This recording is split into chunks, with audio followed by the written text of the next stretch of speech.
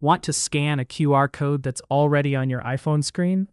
Whether it's in a website, email, message, or photo, here's how to do it.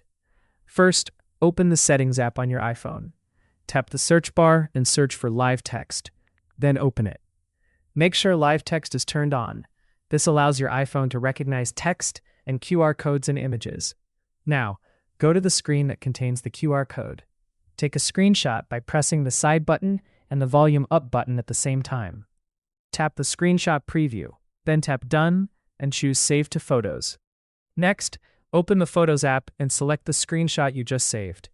Tap the Live Text icon if it appears in the bottom corner.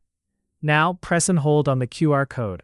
A menu will appear with the option to open in Safari or the appropriate app. Tap the link, and your iPhone will instantly open the website or content linked to the QR code. And that's it. You can now scan any QR code that's displayed on your iPhone screen without needing another device.